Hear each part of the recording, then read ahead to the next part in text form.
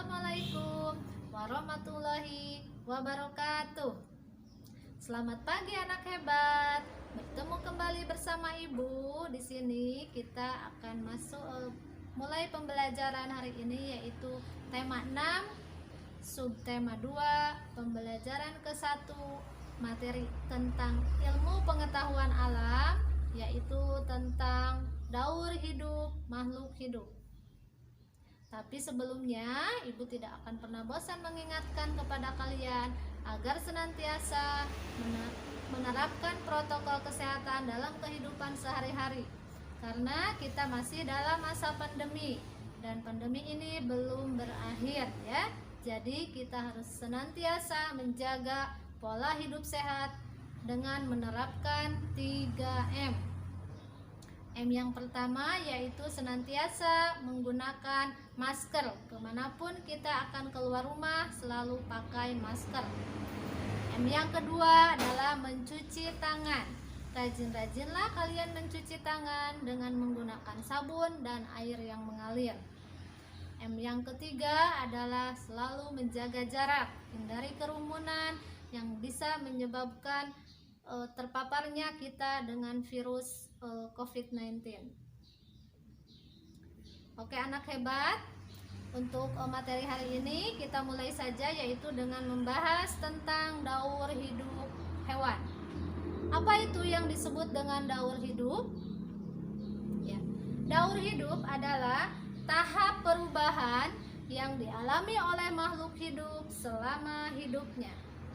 Nah, hewan mengalami daur hidup dengan dua macam, yaitu yang pertama ada yang dengan metamorfosis, yang kedua dengan tanpa metamorfosis.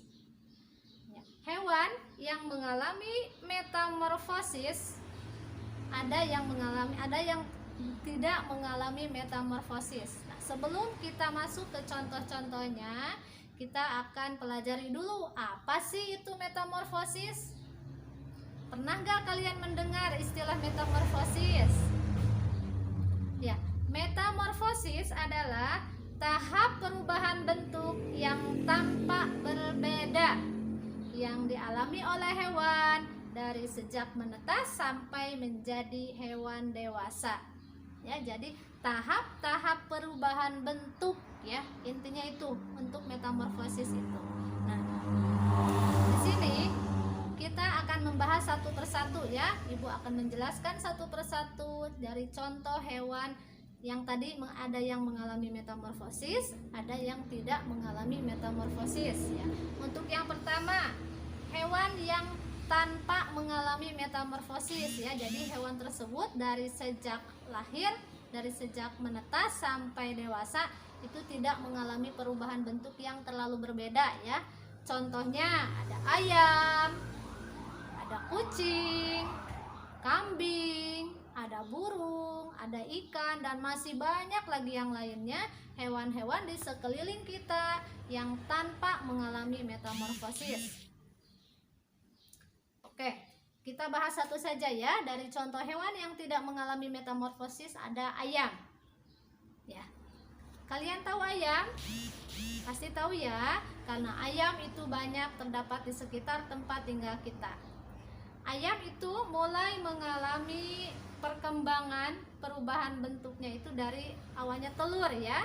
Telur yang kita biasa konsumsi itu telur yang kemudian dialami oleh ayam ya dalam beberapa waktu, sehingga kemudian telur tersebut menetas menjadi anak ayam ya, menjadi anak ayam. Dari anak ayam tersebut kemudian mengalami lagi perubahan menjadi ayam dewasa. Nah, dari telur menjadi anak menetas, kemudian menjadi anak ayam dan menjadi ayam dewasa, itu dari kalau kita lihat bentuk tubuhnya itu tidak terlalu mengalami perubahan. Ya, jadi bentuknya dari tahap ke-1 sampai tahap berikutnya itu tidak terlalu mengalami perubahan yang berbeda. Makanya ayam termasuk hewan yang tanpa mengalami metamorfosis. Ya. Kemudian Yang kedua, tadi di daur hidup hewan ada yang mengalami metamorfosis, yaitu hewan yang mengalami perubahan bentuk yang berbeda dari sejak menetas sampai menjadi hewan yang dewasa. Ya. Kemudian hewan yang mengalami metamorfosis tersebut dibagi lagi menjadi dua, yaitu yang mengalami metamorfosis sempurna, yang keduanya yang mengalami metamorfosis tidak sempurna. Ya, kita bahas satu-satu ya. Apa itu metamorfosis sempurna? Metamorfosis sempurna adalah bentuk tubuh hewan ya saat lahir sangat berbeda dengan bentuk tubuh ketika dewasanya.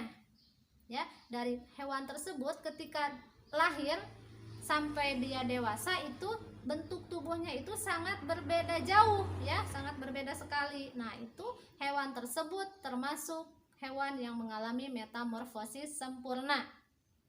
Kemudian yang kedua, ada hewan yang mengalami metamorfosis yang tidak sempurna. Apa itu metamorfosis tidak sempurna? Metamorfosis tidak sempurna yaitu bentuk tubuh hewannya itu saat lahir tidak terlalu berbeda ya dengan hewannya, dengan bentuk tubuhnya ketika sudah dewasa.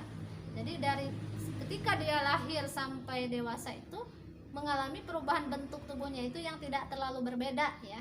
Itu termasuk hewan yang mengalami metamorfosis yang tidak sempurna.